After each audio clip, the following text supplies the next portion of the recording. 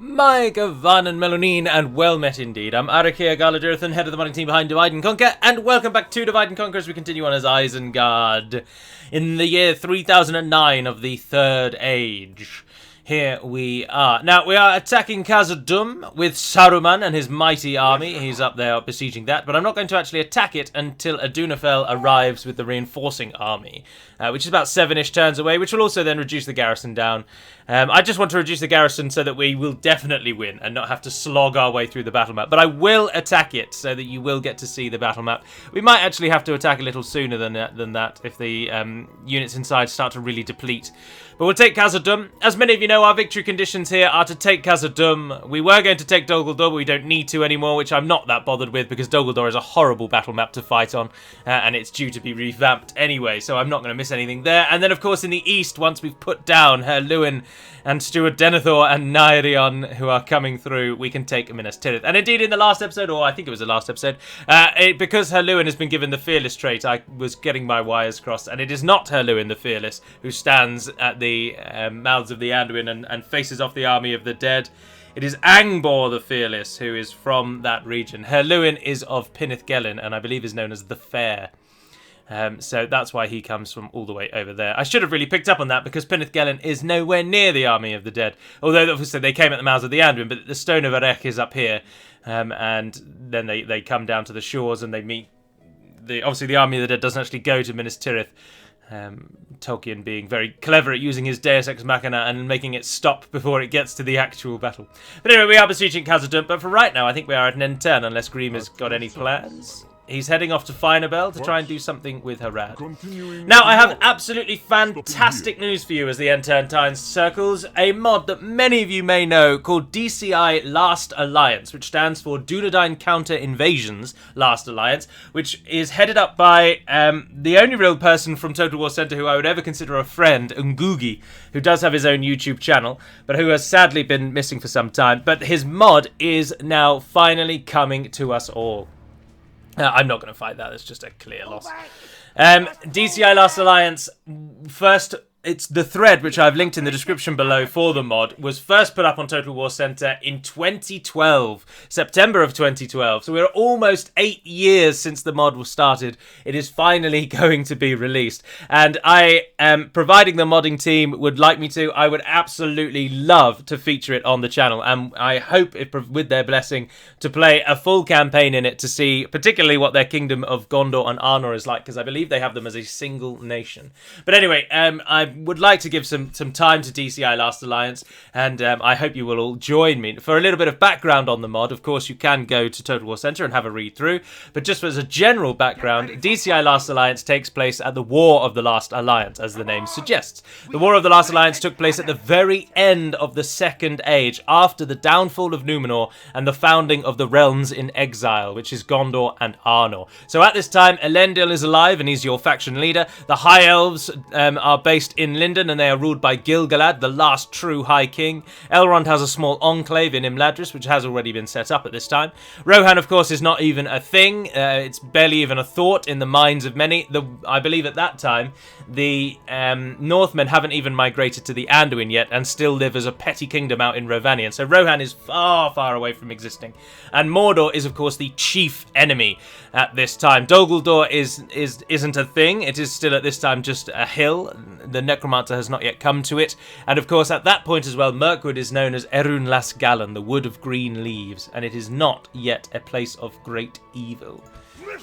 What am I doing with all of these here? We are heading back to Caras Galadhon. So it's an interesting time period where Sauron is arguably at perhaps... No, he's not his most powerful. His most powerful is the mid-Second Age, when he fights all the way up to Lindon and then is only beaten back by the Númenóreans. But he's certainly far more powerful than he is now in the Third Age. And of course, chiefly, he has physical form at the time of the Last Alliance, so you'll actually be able to command Sauron.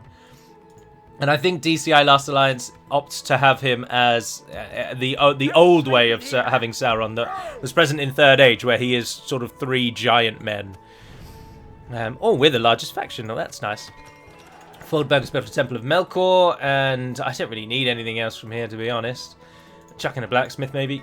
And Lim here has a Shrine of Melkor. And is building a slave hall. Yeah, that's fine. Caras Galadhon just needs to hold out just long enough to keep those dwarves at bay from the north. And as I say, we are besieging Khazad-dûm, and we're just waiting till the garrison falls just a little bit so that we can move through. By the time Aduna falls, well, he's only 3 turns away, actually, and it'll hold for 10, so I think we probably will be able to use both of those. We are also, as you can see there, besieging Uruk-hai, and Dol Guldur will be, I would have thought, wanting to try and retain control of it, given the loss of their capital, and, as you can see, the bowels of Mirkwood have been taken by the Anduin just across the river. So the Anduin are doing a number on Dol Guldur, and they've even taken the Brown Lands as well. Dear, oh dear, oh dear, oh dear. People tell me this all the time, thinking I don't know it. It always baffles me. But, I mean, I appreciate the advice and the help, but some people say it in a very condescending way, which grinds my gears. But yes, you can right-click a region, and it will tell you who owns it, even if you haven't yet seen the town. So if we go on just the town alone, we think Dol Guldur owns this. But if you right-click, it actually gives you the most up-to-date information. So we know that the Brown Lands has fallen to the Anduin, even if the city thinks it's held by Dol Guldur, and so does the map. Of course, the borders also give it away. The borders are always accurate at all times, so they update as soon as there's a change. But anyway, we can end the turn and go through again. Why am I heading to Finabel? Did I want to talk to Harad, or did I just want to see if it was still held by Harad? I can't quite remember. It was a while back. Of course, the Isengard campaign really is close to the end now. We are only going to take Khazad-dûm and Minas Tirith and then call a day to this campaign. Because we've shown everything that we want to show, and we're on our way to achieve the victory conditions that we've set ourselves. And so I would hope then that will coincide quite nicely with the release of DCI Last Alliance, so that I can then bring you videos of it. Because it's a fascinating time period, and it's been a mod that I have. There are so many cool assets in that mod that I would love to get into Divide and Conquer. Now, we're not going to just pill for the mod as soon as it's released. Far from it. We will abide by any kind of any rules that they impose. Of course, if they don't want anything to be used, then so be it. But if they put an embargo in, then we'll go for that. But there's some really nice looking units in the roster. Coruscant is besieged. Imladris is besieged. Everywhere is besieged. Dareth has built a barracks. That's very handy. At your service. Do you want to get map information? How do you feel about map information? We must declare discussions. Come to a close. I'd like to see some more up-to-date map information. That's the Variag capital, really. It's an interesting choice. But you do you, Variags. That you can auto-resolve your way to victory with him. Nice. We destroyed the enemy. Although that large force there, Daugobellion, that's a bit of a pain. And who do we have over here? Myth Vinden. I'm not too keen on attacking you either. My enemy. Lothlorien's last gasp, as it were. But Dol Guldur, I have no interest in attacking that castle. They will almost certainly rise up when it reaches turn 1. But until that point, I'm going to leave it as it is. The shadow is still over the end turn button. I have still not fixed that yet. Shadow... end turn. I've written it down. I keep forgetting to put it on the to-do list. Shadow end turn button. And something else that I'd like to do is blacksmith levels.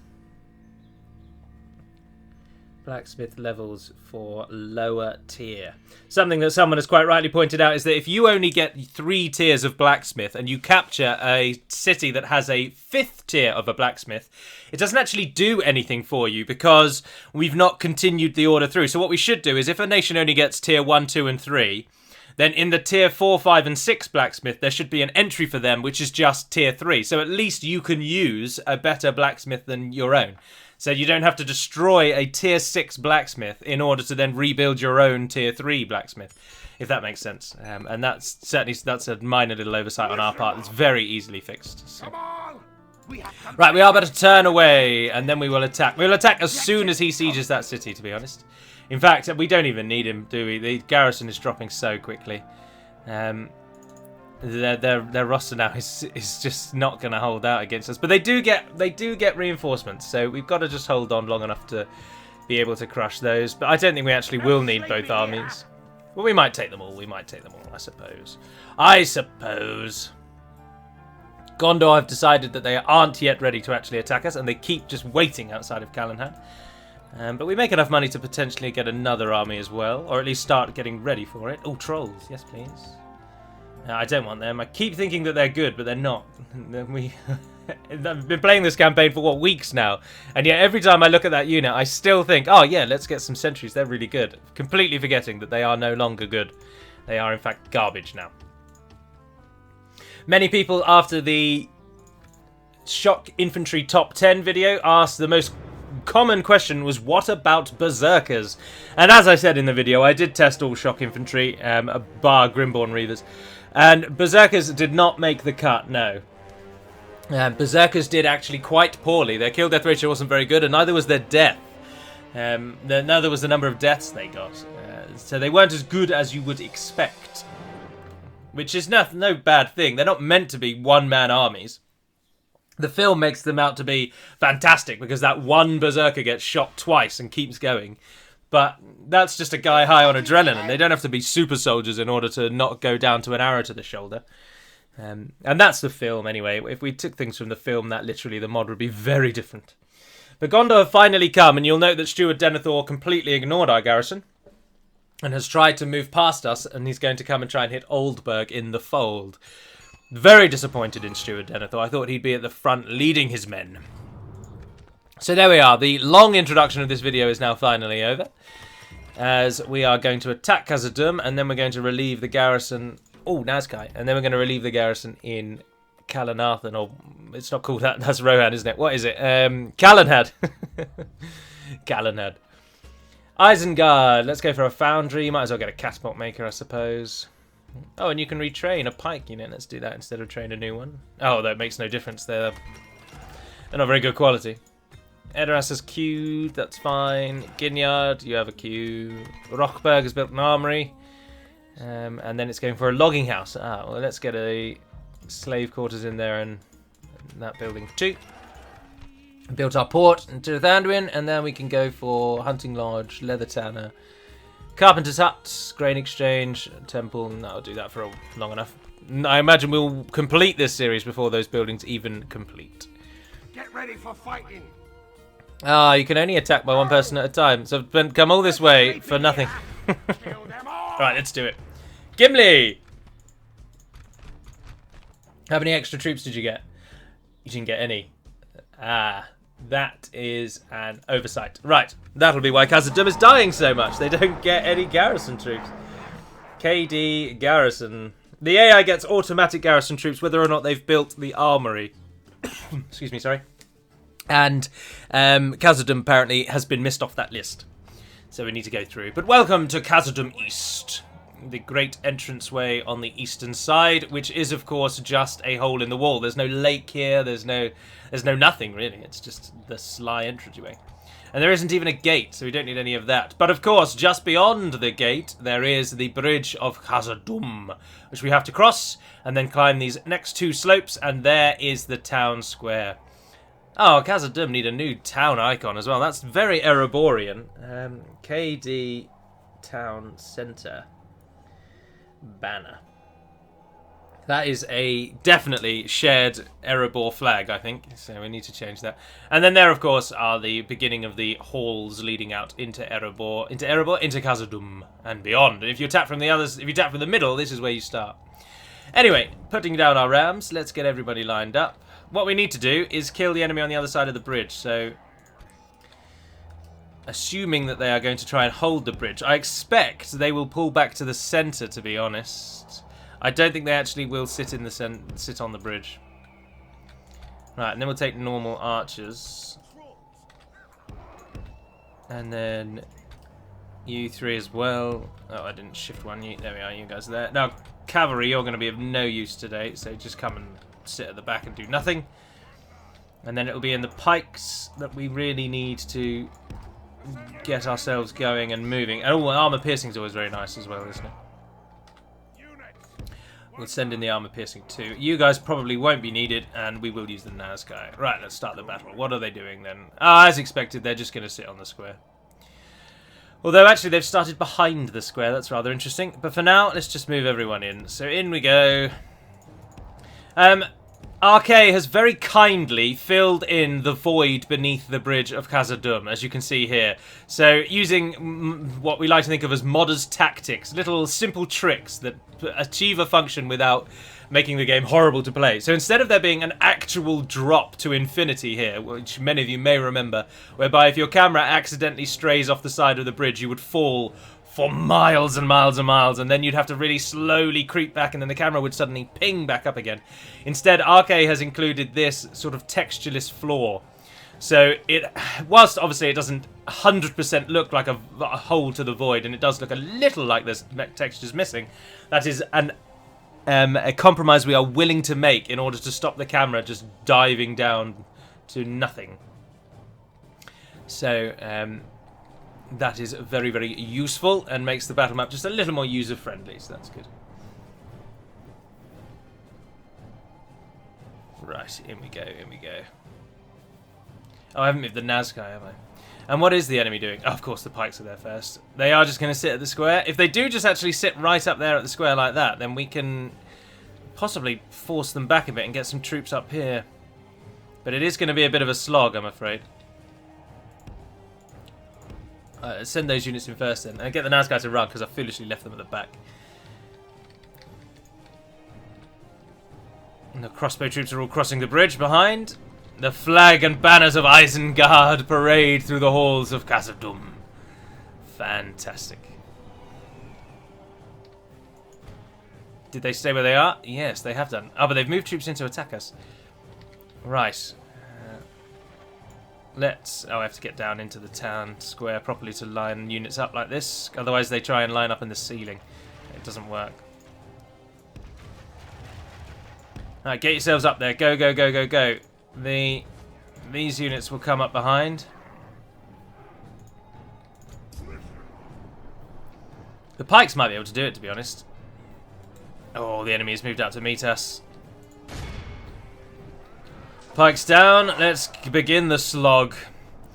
Every single time I've ever fought in Khazad-dûm, it has been a slog, because that is all this map can conjure up.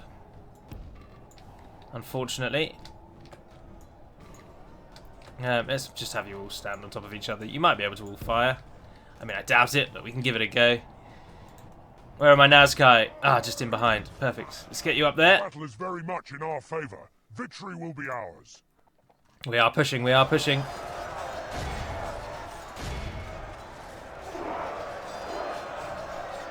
In they go, in they go, in they go. Try and get those out to the sides. As the pikes just press the enemy back. Get them to assist. No one's on defence up here, are they? No. Good, good, good. Right, Nazca, run yourselves up the hill. Throw some bombs at these fools. At the enemy, though, if you would, not at our own forces. I think we're killing some of our own, but that doesn't really matter. If we continue like this, right, there we are. smash the enemy. And then you come in on the sides. And then it is just a slog to the end now.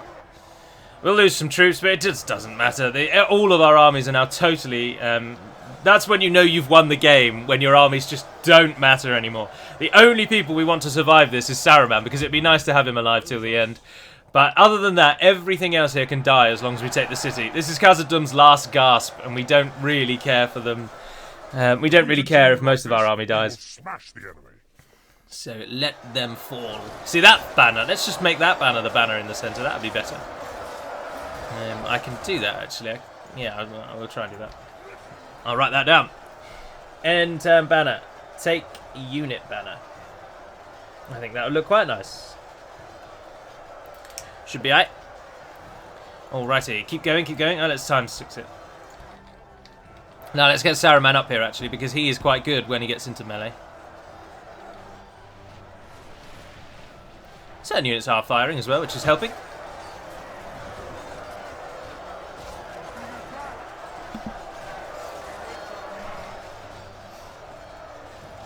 Zenith Guard at the back, there'll be a problem.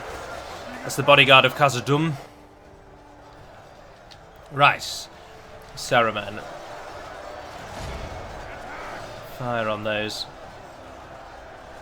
Not sure how well you'll be able to do it. We've only lost 10%, but of course we've only actually sent in our melee forces, and they are receiving a bit of a pounding. But the pikes are doing well, and the Nazkai, I think, are going to be the ones that win this. Let's just zoom in.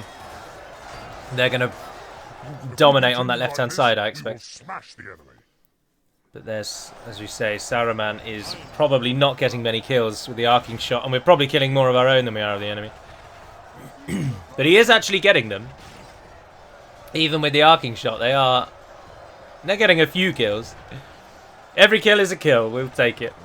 Ah, we've lost our first Vanguard unit. Smash the enemy. Only half the enemy force remains. Sedath are down to 40. That's not too bad, and he's only halfway done. Oh, stop doing that. These bloody battle maps. I mean, we are absolutely going to win. Even if we just threw all of our units in with their swords and didn't use a single ranged weapon. We outnumber them too greatly. The slog would still have gone in our favour. But we do need to, of course, ensure that we do get victory relatively quickly, lest the timer go against us. But, I could probably get Saruman to come over here, but I think he'd run into his own troops. Or I think he'd get into combat. We can try it. Yeah, they do this weird forming up thing. But no, I think we've managed it. He hasn't. No one's caught. Perfect. So now you can just shoot square into the side.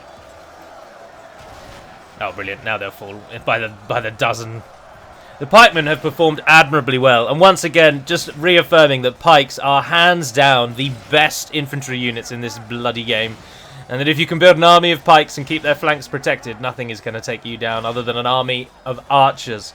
Because of course, archers and cavalry, if used well, are the true power in Total War games, not just medieval, but in generally all Total War games. But if you have to go with ground forces, pikes are the way. Our men have taken control of the city. There we are, on Voice of Saruman it, just to make them afeared as they fall. I think that's all of them. The pikes raise, the men start to take to their knees any moment to thank their heavens for this victory. 309 we lost, and they killed them all. And Guard of the Hand actually took the most kills, with Nazkai coming in close second. The Nazkai lost 10, and they killed 181. Or they lost 11, sorry, and killed 181. That is fantastic. Absolutely fantastic. And Khazad-dûm falls. Now we will send an army north and deal with Uruk-hai as well, just so that you can see what happens when a horde nation dies. If I can get at least some people to know what it looks like, they can hopefully help quell the questions on horde nations in the future. Note that the game does take a while to process horde armies, so when a nation does go horde, you will get the spinning ring for some time as the game works out how to build the army. But it shouldn't be too long, but it can be a while. Do watch out for that. Oh, build me a watchtower. Right, we can get to Uruk-hai on the next turn. High Chieftain Uglak himself is coming. Dear oh dear. They really wanted Khazad-dûm East, didn't they? Are we at war with Moria? I don't think we are. I don't particularly want to be. I'm very ready for this campaign to conclude. I am still enjoying playing as Isengard, but we've won, and there's just no more entertainment for me when we've won. I might play the game poorly, but I still prefer playing situations where I'm really up against it, rather than ones where I'm just sailing to victory. And that's very useful. Not useful, sorry. And so I prefer situations like this. But as I say, that's not the end of our battles. We must also defend Calenhad with an army that is far worse. This one might actually be a challenge, but Arvelon has not gotten close enough to get involved, so it's just Nairion. And he's got Fountain Guard. There's only 10 of them. They're not going to be a threat. There's 2 units of full Gondor, or 3. A full unit of Citadel Guard. Otherwise, that is a really poor army. That'll be an easy win. I assume Denethor has the actual army with him, because this one is pathetically bad. So we'll easily wipe these away.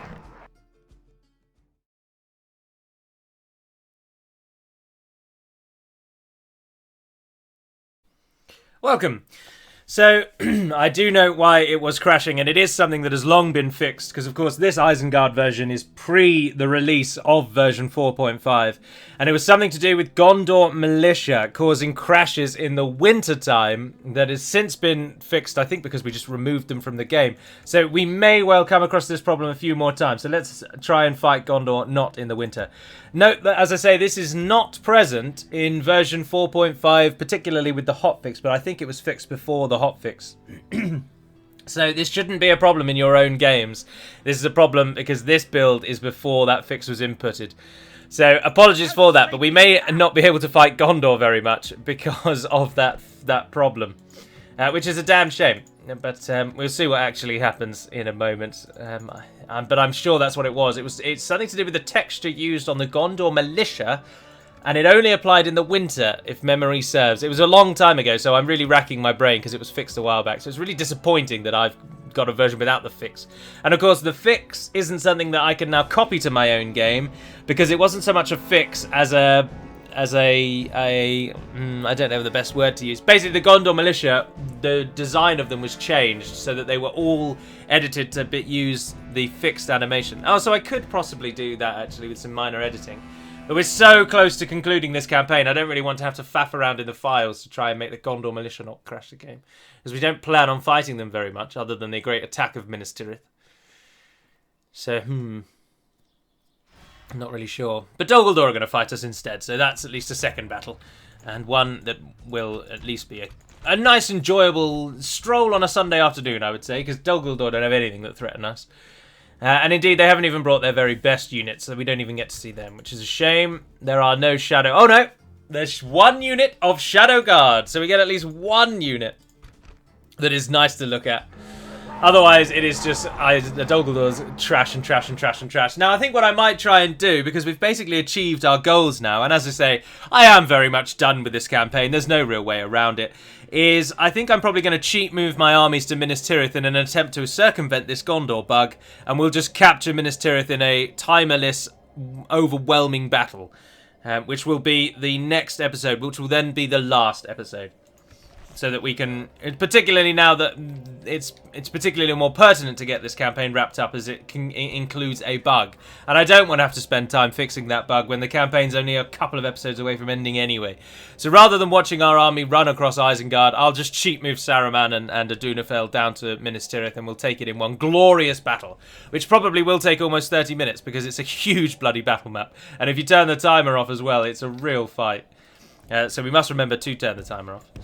But anyway, we are being attacked, so let us take the units that will actually form some form of defensive line, which is not very many. We have got a really beleaguered army here, haven't we?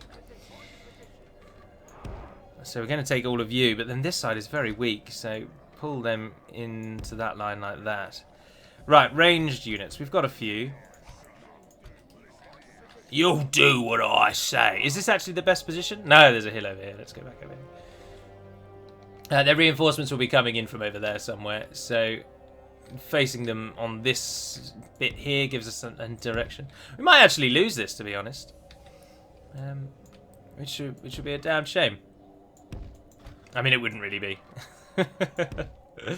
I have to confess to you all that when I realised when I woke up this morning that today was a day where I needed to record an Isengard episode, yeah, there was that sort of feeling inside of me of, oh, really? But I want to play Eredluin and Dol Amroth. So my plan to speed up the end of Isengard is to then fill the gap, the void left with it, with those campaigns, which I'm enjoying far more because this one is over. And then, of course, DCI will fill that. I'll do some DCI videos after that, providing the DCI team are happy for me to, as I say. I believe that they are happy for me to, but I don't want to jump any guns. I don't want to assume that they'll let me play. But if it's going into a public beta, I'm sure they'll have no qualms. Right, you guys go on that side as well. We've got the trolls, of course, which can help us. And we've got one unit of crossbows. Oh, no, yeah, you can go over there. Is that every unit? No, the Nazkai. Stand there and throw your bombs.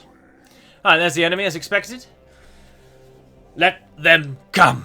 We fear them not, and we will strike them down. And this will be our final battle against Dol Guldur then, actually, because no matter how long or short the attack on Minas Tirith takes, the final episode of this campaign will just be the siege of Minas Tirith, and however long it takes is as long as that video will be. And I won't show any of the build-up to it. I'll just cheat move the armies there, attack the city, and then the video will start on the battle map and end on the battle map. So, oh no, I'll probably end on the world map so we can do a little look around the world and see what's going on. But there we are. So this will be the penultimate episode for Isengard. They don't seem to be flanking as much as I thought they might. So, with that in mind, turn them, move our right-hand side round a bit. Get Lurts to go around as well, and the trolls go with them.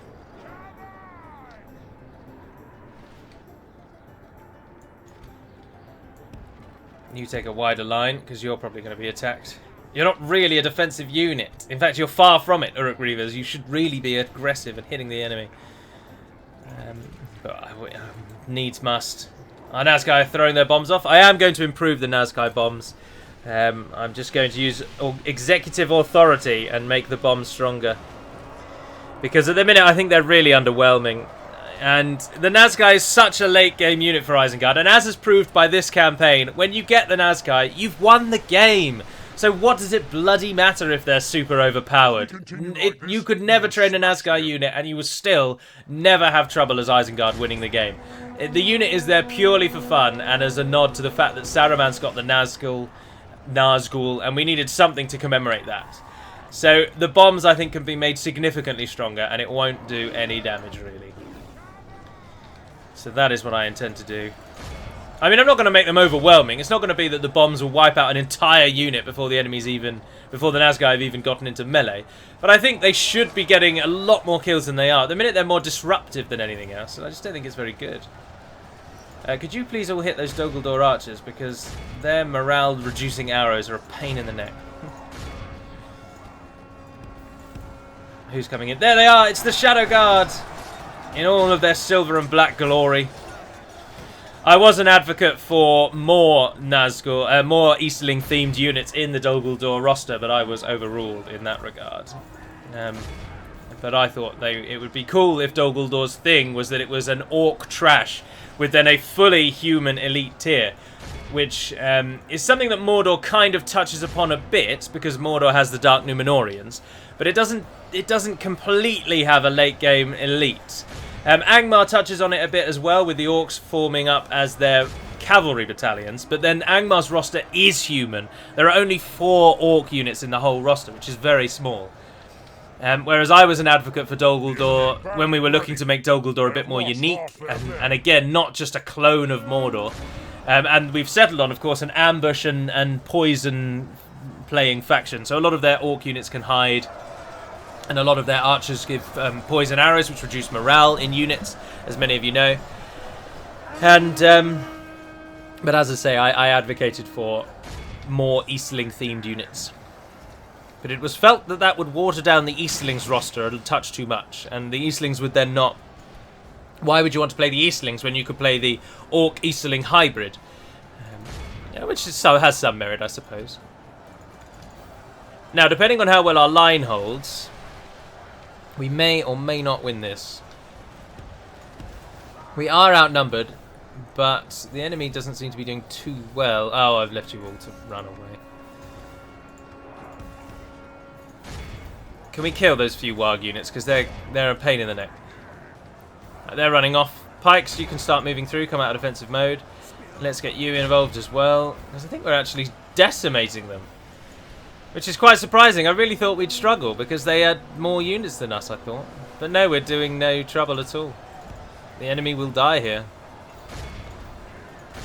If we can target some of the units over there now. No, shoot them. Don't run over there. And you, come on, keep on those wargs. The trolls are just causing havoc amongst the archers, which is what we want. Oh, somebody commented, by the way, about Ents being stun-locked. And I'm here to tell you that Ents and Trolls cannot be stun-locked. They don't have a stun animation. And so if they died quite quickly without killing anything, it's because you charged them into a unit that really handles them very well. Because remember, although Trolls have a lot of health, they have 2 hit points, or they have more than 2 hit points. How many hit points have you got? 5 hit points with a 30 defense. They have massive hit boxes. They can be hit by a lot of things. And they can die very easily if you know what you're doing. There are many a player in this game who I'm sure doesn't fear trolls at all. Myself really among them. If you focus fire trolls with archers, then they go down like nobody's business. If you've got any javelin units, they kill trolls in seconds. If you have any siege, that always insta-kills trolls. And if you have to fight them in melee, then just send in some high damage armor piercing units and those trolls will go down in no time at all. And Ents are exactly the same. They suffer from that same problem. We cannot change the hitboxes. There's a lot of things in this game I would love to change, but we cannot change, and you're stuck with. So you have to endure, I am afraid. You have to put up with it in order to get this wonderful Lord of the Rings experience. I was looking around the web, to be honest, at Lord of the Rings games, and I think in terms of grand strategy, Reforged, Third Age Total War, and now Divide and Conquer really are. And Reforged doesn't really have a campaign yet because it's still in the beta phase. So Third Age Total War and Divide and Conquer at the moment, I think, are the preeminent grand strategy Lord of the Rings games. And perhaps when Bannerlord 2's Lord of the Rings mod comes out, that might change it. But I was looking at some of the mods for later Total War games, like Rise of Mordor for Attila. And whilst the units look incredible, battles alone are never going to do that well, I don't think. And the fact that they cannot change the map to have a proper grand strategy Total War game, I think is always going to cause that mod to suffer. And I think it will never really achieve the heights that Third Age Total War achieved. Because what many of us play this for is that map conquest. It's dealing with the enemy on the grand tier and not just the battles. But as I say, Rise of Mordor's units look amazing. But without having a campaign map, it's always going to suffer. And it's very disappointing, really, because it looks incredible. Absolutely incredible. Ah, there we are, we've won the battle. 613, we barely lost anything. And they didn't actually really outnumber us now I actually put some thought into it. They barely had any troops at all. 252 kills, Uruk-Reivers. Did very well, actually. Very well indeed. But they did lose a lot. 160 of their own. Again, so if this had been a top 10, that would have been a good kill tally. But an abysmal kill-death ratio. A kill-death ratio of 1 is generally considered bad. And, of course, anything under that is terrible. That, fortunately, I don't think was under it. It can only be under it if there are more deaths than kills. Obviously, basic ratios there. Welcome to Basic Mathematics with Adrian Galu-Isen. Kill them all.